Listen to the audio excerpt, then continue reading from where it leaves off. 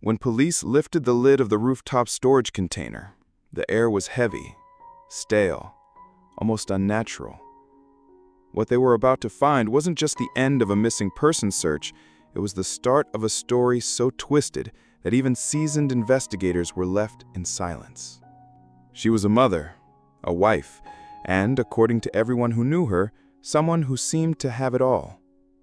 He was a soldier, a protector, and the kind of man people trusted without question. But inside that container, the truth was waiting, and it would tell a story of secret lovers, hidden debts, and a plan no one saw coming. In the weeks before, there were signs, fleeting glimpses of trouble, but it would take a single, desperate text message to set in motion a chain of events that could never be undone. It read, "I need $13K by Friday," and 3 days later, he was gone. To understand how this story came to be, you have to picture the kind of neighborhood people dream of raising a family in. Neat lawns, quiet streets, the sound of children's laughter drifting over backyard fences. It was the kind of place where the most unexpected thing might be a misplaced trash can, not a police investigation. Jennifer Gledhill had built her life here. A wife, a mother of 3, a neighbor who waved when you passed her driveway. On the surface, her world looked as steady as the mountains that framed this Utah valley, but beneath the calm, something had been shifting. Slowly, quietly, invisibly, until it was too late. Her husband, Matthew Johnson, was no stranger to responsibility. A decorated National Guardsman, disciplined and dependable. He had worn the uniform proudly, stood in formation under the sun, and served with the kind of loyalty that made his community proud. At home, he was the kind of father who made time, even when there was no time to spare. They met years earlier, in a moment that seemed destined. Friends would say it was easy to picture them together, her smile, his quiet confidence. They built a life, a home, and a family. But what no one could see was that behind the photographs and polite small talk, cracks had begun to form. And in the shadows of that perfect home, decisions were being made that would end in tragedy. By the time police arrived at their door, the story had already been set in motion, a story of hidden messages, whispered promises, and choices that would bind not just Jennifer, but those closest to her, in a web that is still being untangled to this day. Before the headlines, before the police sirens, before the late-night phone calls that shattered lives, there was simply Matthew. Matthew Johnson wasn't a mystery, not in the way the news later tried to package him. He was someone you could pass on the street, someone you could meet at a coffee shop, someone who'd hold the door for you without expecting thanks. But for those who really knew him, Matthew was more. Born in the small, close-knit community of Rosefield, Matthew came into the world on a rain-washed October morning.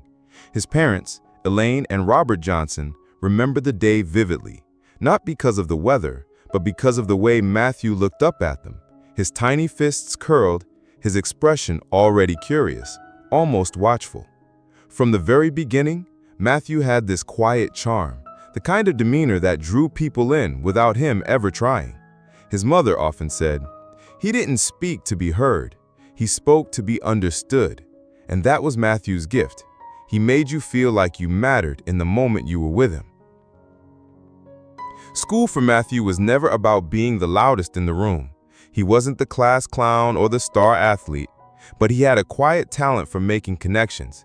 Teachers described him as observant and grounded. Friends described him as the person you call when the world feels too heavy. But Matthew wasn't perfect. He had his share of stubbornness, a side of him that could dig in deep when he believed in something. That determination, sometimes mistaken for defiance, would serve him well in life, until it collided with forces far darker than anyone around him could imagine. Growing up, the Johnson family didn't have much, but they had enough. Robert worked long hours at the local machine shop. Elaine, a nurse at the county clinic, was known for her steady hands and calming voice. They didn't spoil their children, but they poured everything they had into them: time, patience, and the unshakable belief that their kids could make something of themselves. Matthew was the eldest of three. As the big brother, he carried a quiet sense of responsibility. His younger sister Hannah remembered late-night talks in their shared childhood room, Matthew telling her that no matter what happened in life, the world will always need good people. So be one. High school was where Matthew began to truly stand out, not through flashy achievements, but through presence. He had a way of disarming people. Bullies found themselves unable to push past his calm gaze. Shy classmates found themselves talking more when he was around. He joined the school's community service club, not because it looked good on college applications, but because he liked helping.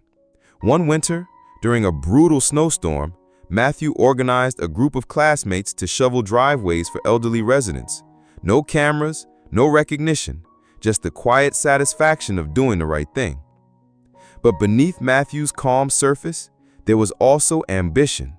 He wanted to work in environmental engineering. Something about protecting the world for the next generation spoke to him deeply.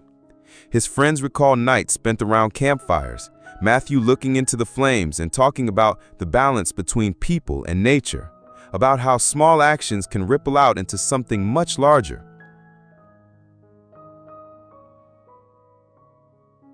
And then there was Rachel.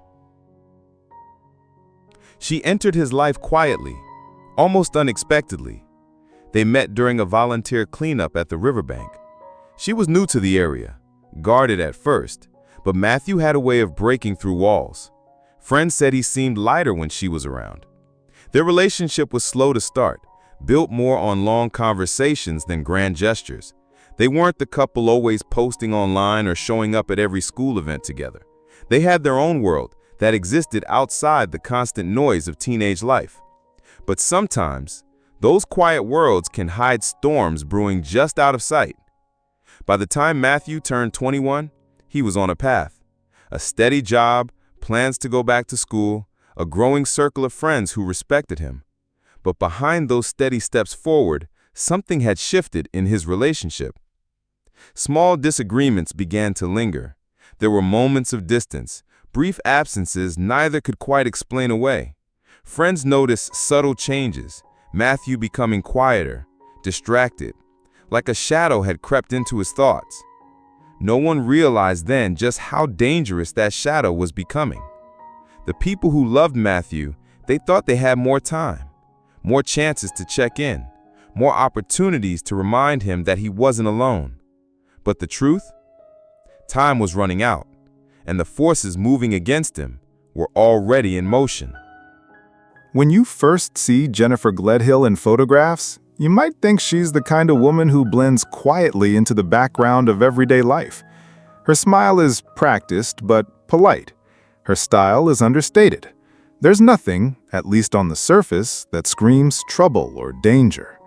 And maybe that's why what happened next feels so deeply unsettling, because it forces us to confront the fact that the people capable of unimaginable acts can sometimes be the ones you'd never suspect. Jennifer was born in a small Midwestern town, the youngest of 3 siblings. Her parents, by most accounts, worked hard to provide for their children. Her father was a mechanic, hands permanently marked by the grit of his trade, while her mother worked part-time at a local diner. Life was simple, modest, and often repetitive. But beneath the surface, there were cracks. As a teenager, Jennifer wasn't the kind to rebel loudly. She didn't run away from home or throw parties while her parents were out of town. Instead, she developed something quieter, an ability to adapt to the expectations of the people around her. Teachers described her as polite but hard to read. Friends, what few she had, said she could be warm one day, then distant the next.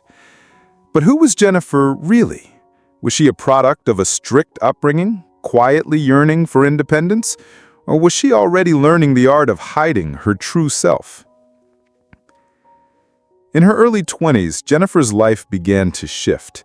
She moved away from her hometown, chasing something, though what exactly, no one seemed to know. Some said she wanted opportunity. Others whispered that she wanted to leave behind people who knew her too well.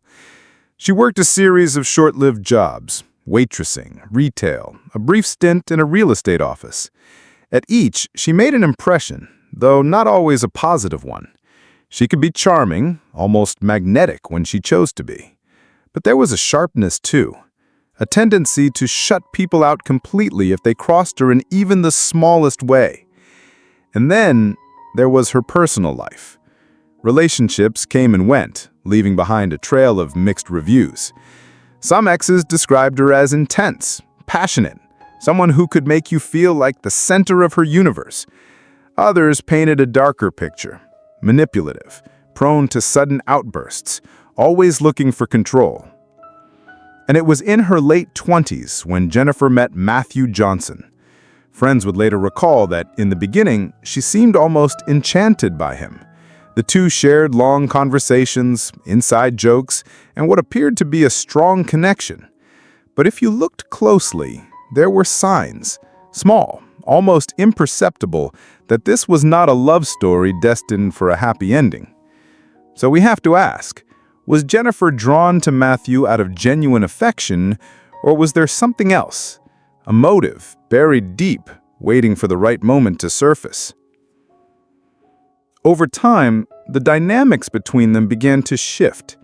Friends noticed Jennifer becoming more guarded. Conversations grew shorter.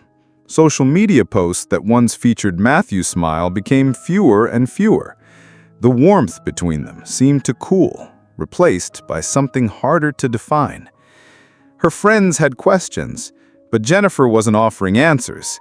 And Matthew, he wasn't talking either. It was as if the two of them had stepped into a closed world where only they knew the rules and the rest of us could only guess what was really happening behind closed doors. And here's where the questions grow louder. What did Jennifer want from Matthew? Was she holding on to him because she loved him, or because she couldn't stand to lose control? What we do know is that in the months leading up to Matthew's death, Jennifer's life outside of their relationship seemed to unravel. Financial pressures mounted. She was spotted arguing with friends in public, and privately, she was making choices that would place her on a collision course with tragedy. Some people, when cornered, find a way to step back, to rethink their path. Others doubled down. And if Jennifer was indeed heading toward the edge, she wasn't slowing down. The night everything changed wasn't the result of a single argument or a sudden impulse. It was the culmination of weeks, perhaps months of tension, building in silence. And as we'll uncover, that silence can be the most dangerous thing of all. At first glance, Matthew Johnson and Jennifer Gledhill's marriage seemed like the kind of love story people put in picture frames. A proud military man and the woman who had captured his heart, standing before friends and family, promising forever. Their wedding album was a collection of radiant smiles, tender embraces, and a future brimming with promise. But as time would reveal, the images didn't tell the whole story. Love, no matter how deep, can strain under the weight of life's demands. And for Matthew and Jennifer, those demands came swiftly. Matthew's military duties meant long deployments, unpredictable schedules, and missed milestones. Birthdays, anniversaries, and everyday moments were often spent apart, connected only through phone calls, letters, and fleeting visits. Distance has a way of reshaping relationships. When you're apart more than you're together, conversations can become logistical rather than emotional. What was once laughter-filled phone calls turned into brief updates, then silence. And then came the financial strain. Maintaining two households, unexpected expenses, and the cost of travel began to gnaw at the edges of their stability. Money, one of the most common sources of tension in any marriage, became an unwelcome guest at their table. But perhaps more dangerous than the distance and the finances was the creeping isolation. Friends noticed it first. Invitations went unanswered. Group photos no longer included Jennifer. The couple's social circle began to fracture, not because of fights or drama, but because connection was quietly slipping away. While Matthew's absence deepened, Jennifer's independence grew. She began moving in different circles, meeting new people, engaging in activities that didn't include her husband. It wasn't inherently wrong. Many spouses find ways to fill the gaps when a partner is away. But these new connections brought a shift, a different lifestyle, a different rhythm. And with every new step Jennifer took into her own world, the one she shared with Matthew seemed a little smaller. The cracks were there, tiny at first, barely visible. But under the pressure of time apart, financial stress, and diverging paths, they began to widen. And here's the question that lingers in every broken love story. At what point does drifting apart become something more? When do two lives stop running parallel and start moving in opposite directions? And could either of them see it happening before it was too late? Beneath the cracks of a crumbling marriage, something else was stirring, a secret that would fracture the fragile remains of domestic life. A new presence emerged in Jennifer's world, one shrouded in secrecy and late-night whispers. This man, unnamed in court documents, saw her differently, not as the suburban mother or military spouse, but as someone desperate, someone unraveling. Their affair began quietly, over fleeting texts, coded messages, and stolen moments that unraveled the life she had built. What drives someone to betray the most sacred bonds? Is it loneliness, desperation, or a deeper need to escape? One night in September, the tension broke. Authorities allege that Jennifer arrived at the lover's home just before midnight, her face drawn, her composure fragile. She said something that changed everything. "I'm likely going away for a long time," she confessed, clutching photos or perhaps fingerprints that she needed to leave behind. Why would someone give away sentimental tokens as they descend into catastrophe? Then came the confession, the lover's voice trembling, the recorder capturing words that would shake an entire community. She told him she shot Matthew in the head while he slept in their bed, smacked his phone to pieces, loaded the body into a rooftop container, and buried him in a shallow grave. The informant later told investigators. When the lover reversed the recorder, playback revealed something colder than words. "Wow, if you think I could even hurt a fly." He wasn't a person anymore. He wasn't Matt. Yet even darker hints came earlier. Just 3 days before Matthew vanished, Jennifer texted her father, "I need $13K by Friday." Thomas Gledhill transferred $1,000 via Venmo that very day, but the search warrant didn't reveal why she needed the large sum. What could be so urgent? An escape plan? A new life without Matthew? Or something much darker? The lover's silence ended when his screen filled with Jennifer's messages. She was actively deleting them as he began screenshotting. Those messages, along with recorded calls, became the tip-off that turned suspicion into action. Every detail, the coded chats, the erased messages, the chilling confession, was a thread unraveling the facade. So here's what we must ask ourselves. What was Jennifer planning with that urgent $13,000 request? Could that money have been a down payment on something?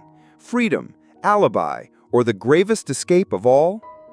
And if she could speak so coldly of Matthew, did she already see him as someone she'd need to erase?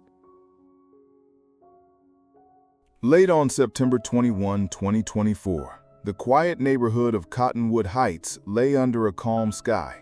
But inside one home, everything changed. What follows is a reconstruction built from court documents and witness accounts, a chilling mosaic of what may have transpired the night Matthew Johnson was allegedly killed. At approximately that evening, Jennifer Gledhill was alone in the house with Matthew. According to charging documents, by the time the informant says she arrived at his lover's home the next day, distressed, words spoken paint a grim picture. She had allegedly shot Matthew in his sleep on the night of September 21. What followed wasn't desperate hiding. It was meticulous erasure. The next day, investigators with a search warrant found a new mattress in the master bedroom, one that hadn't been there before. The original mattress, where the killing allegedly occurred, was gone. Fresh bleach wipe marks on the wall behind the bed. Reddish-brown stains were still visible on the wall, bed frame, and blinds. The carpet beneath the bed tested positive for human blood in a large circular pattern. A strong chlorine scent lingered throughout the house, especially in the basement and on stair carpeting. As for her parents, neighbors saw them at the house on September 24, cleaning for hours. The mother later claimed she only stayed about an hour and only bought the new mattress. Her father said he didn't remember much, but their presence during that critical window raises questions. Neighbors also play a grim but significant role. One neighbor told police she heard an argument from the house on the night of September 21, voices raised, tension sliding into something darker. Days later, she saw Jennifer's parents inside, engaged in what looked like a frenzied cleanup. If you were an investigator or a neighbor, what would the presence of bleach, new mattress, and blood evidence buried beneath signal to you? Why bring in bleach so quickly? And why replace a mattress days after the fact? What role do Jennifer's parents play in those crucial days? Helpers, accomplices, or unaware participants? And the heart-rending question, is the body still out there, buried, waiting to be found? They were a small-town couple, Thomas and Rosalie Gledhill, quiet, private, loyal to their daughter, or so the world believed. When tragedy strikes so close to home, no one wants to believe that a parent could be drawn into the shadow of a crime. But sometimes, loyalty crosses a line. According to unsealed search warrants and charging documents, detectives believe that Thomas and Rosalie didn't simply arrive at the home for family support. They came with a different purpose. They allegedly helped clean the crime scene after their daughter's alleged act. Neighbors say the couple arrived at the Gledhill house on September 24, around 5 p.m., and did not leave until 11 p.m. Yet Thomas later insisted he was there for less than an hour, and he claimed he never entered the master bedroom, where the alleged crime took place. Rosalie claims she only briefly visited to purchase a new mattress. If you were investigating this case, how would you interpret a 6-hour window of supposed cleanup that doesn't align with the parent's story? Could a parent be cleaning simply out of concern, or was this complicity in an act of concealment? In October, both Thomas Ray Gledhill, 71, and Rosalie Christensen Gledhill, 67, were arrested and booked into Salt Lake County Jail for obstruction of justice charges. The authorities allege their involvement went beyond misguided devotion. It may have crossed into the realm of aiding in the disposal of evidence. Yet as of now, no formal charges have been filed against them. The investigation remains active, with the district attorney's office continuing to evaluate the evidence. Are they protectors acting out of love, or is their presence an irreversible betrayal? Can a parent's desire to shield their child ever excuse obstructing justice? Imagine the courtroom, an older couple, once pillars in the community, now sitting under dim lights weighed down by grief and suspicion. Though detailed descriptions of their court appearances are limited, the public perception was swift. Social media forums brimmed with shock. Parents arrested for cover-up read more than one headline. They became part of the story, almost as much as Jennifer herself. In communities where loyalty and family loyalty are intertwined, their arrest tore that bond apart. On one side, you had a mother accused of murder. On the other, parents who might have enabled a crime. It blurred the boundary between protector and enabler. Would you feel sympathy for them? Fear of what lengths parental love could go to? Or a sense of betrayal for hiding the truth? The silence that followed Matthew Johnson's disappearance was heavy, But inside the home, behind every wiped surface and pixelated GPS ping, evidence whispered a darker truth. When detectives finally entered the master bedroom, the scene seemed disturbingly clean at first glance, but forensics told a different story. Under the new mattress, which appeared just days after the alleged incident, a large circular pattern of human blood lay embedded in the carpet. The wall behind the bed, the frame, and even the blinds bore reddish-brown spots, faint but damning signs that something had gone horribly wrong.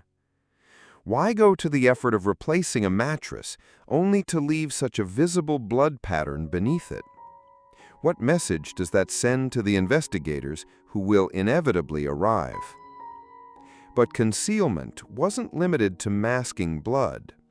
A fresh bleach-wiped wall behind the bed and a pungent chlorine odor in the basement signaled a frantic cleanup. The black carpet on the stairs, too, bore bleach discoloration, suggesting powerful chemicals were used throughout the home.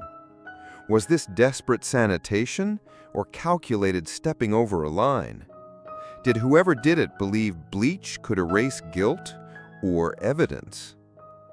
The phone doesn't lie, as the ire of technology worked against Jennifer. GPS records place her near Matthew's truck early on the morning of September 22nd. That day, her phone's data trails put her traveling north along the I-215, making a 4-minute call to her father before her device was shut off and later reactivated around 5 p.m. The data then tracks her through Davis County and into a Maverick gas station, followed by a late-night car wash where her minivan was scrubbed inside and out.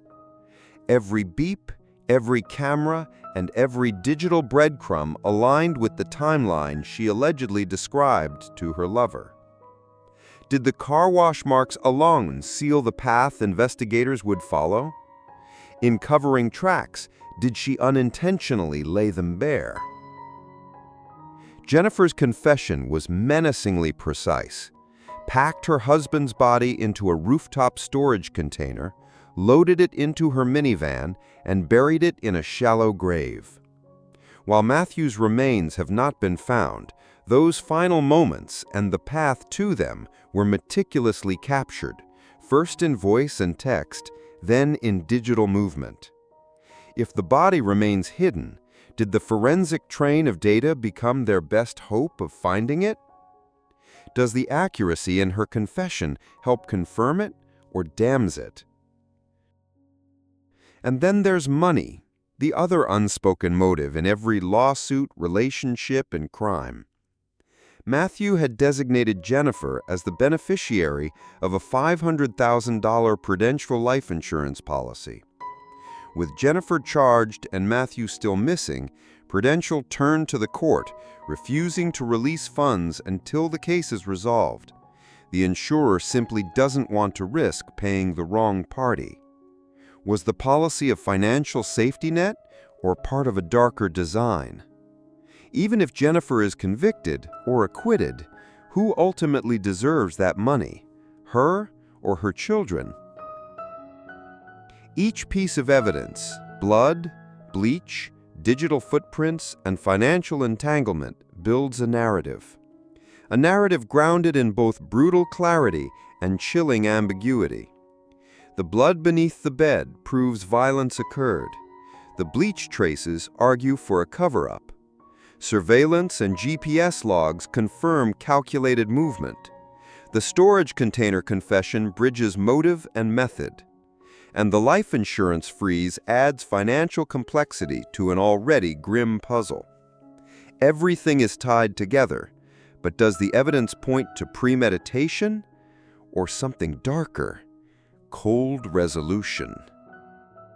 The courtrooms were no longer quiet halls of justice. They had become stages. Every hearing, every motion, every glance between the defense and prosecution, picked apart by reporters and replayed across evening broadcasts. Jennifer Gledhill entered the courtroom for the first time since her arrest, and the cameras clicked like a hailstorm. Her hair was neatly tied back, her eyes fixed on the judge, not the crowd. In that moment, every person watching seemed to have their mind made up, one way or another. The charge against her? Grave. The plea? Not guilty. It was a declaration that rippled through the gallery. Friends and strangers alike exchanged looks. Was this confidence or defiance?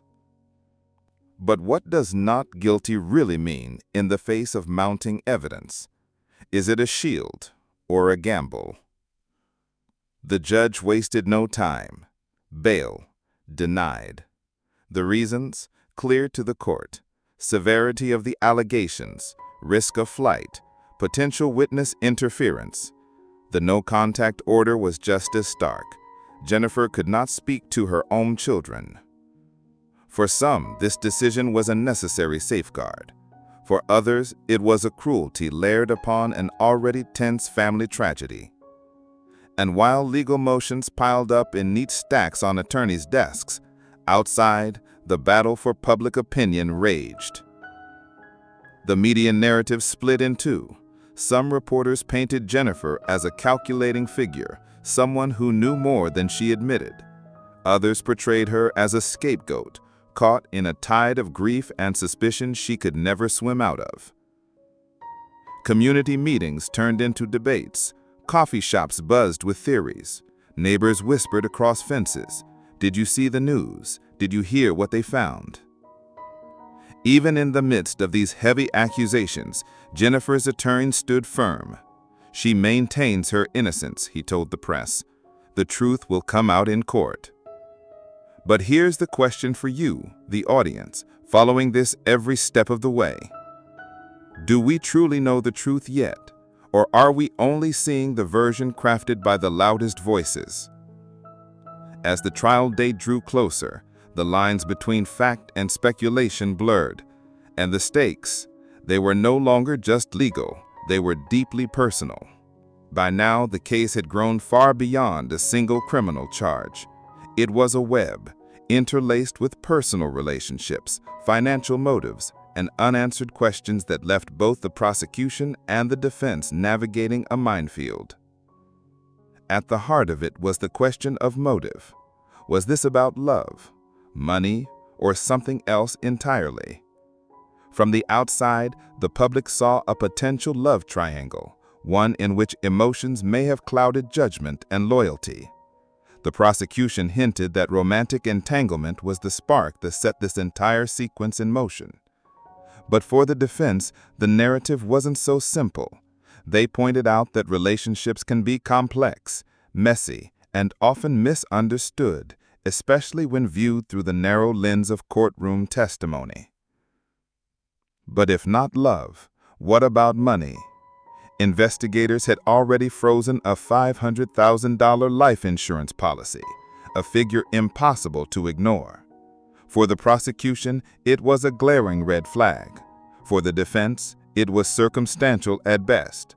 After all, they argued, having a policy isn't proof of intent. And yet the timing of events and the steps allegedly taken afterward continued to raise suspicion. Then came the third possibility, something far less discussed but equally compelling: hidden financial strain. Whispers of possible debts, unpaid loans, and private disputes began to surface in discovery files. Some close to the couple hinted that behind closed doors there may have been arguments about money, arguments that could have added pressure to an already unstable situation. And what of the man described in court documents as Jennifer's lover?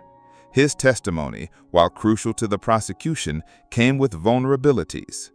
Defense attorneys had already signaled plans to challenge his credibility, questioning his past statements, his possible self-interest, and whether his cooperation was driven by truth or by a desire to protect himself from deeper legal trouble. The question hung in the air. If his version of events began to crumble under cross-examination, how much of the state's case would go with it? And looming over it all, the role of Jennifer's parents. Their own charges for alleged obstruction were still active. If those cases went to trial before Jennifer's, the prosecution could potentially leverage testimony or plea deals in exchange for leniency. But would they turn against their own daughter? Or would family loyalty outweigh the legal consequences? In this story, facts and theories are tightly interwoven, and every thread seems to pull on another. Love, money, family loyalty, self-preservation. Each could be the driving force or just a piece of something larger, something still hidden beneath layers of secrecy and silence.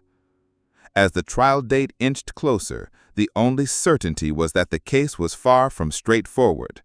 And when the verdict finally came, it would not just decide Jennifer's fate. It would shape how this tangled saga would be remembered for years to come. From the outside, it began as a love story. Two lives intertwined by shared dreams and a growing family. But somewhere along the way, that story took a devastating turn. What followed was a chain of events that ended in tragedy, leaving behind questions that may never have simple answers. Now, as Jennifer faces the fight of her life in a courtroom, every decision, every relationship, and every hidden truth will come under the harsh light of scrutiny. The trial, scheduled for December 2025, will decide her future and may finally reveal whether the events were driven by love gone wrong, the lure of money, or something far more complicated. 3 children are left in the middle of it all, growing up with questions only their parents could answer. One parent is gone forever, and the other may never be free. Do you believe the recorded confession tells the full story, or is there more waiting to be uncovered? Share your thoughts below and join us as we follow this trial to its final chapter.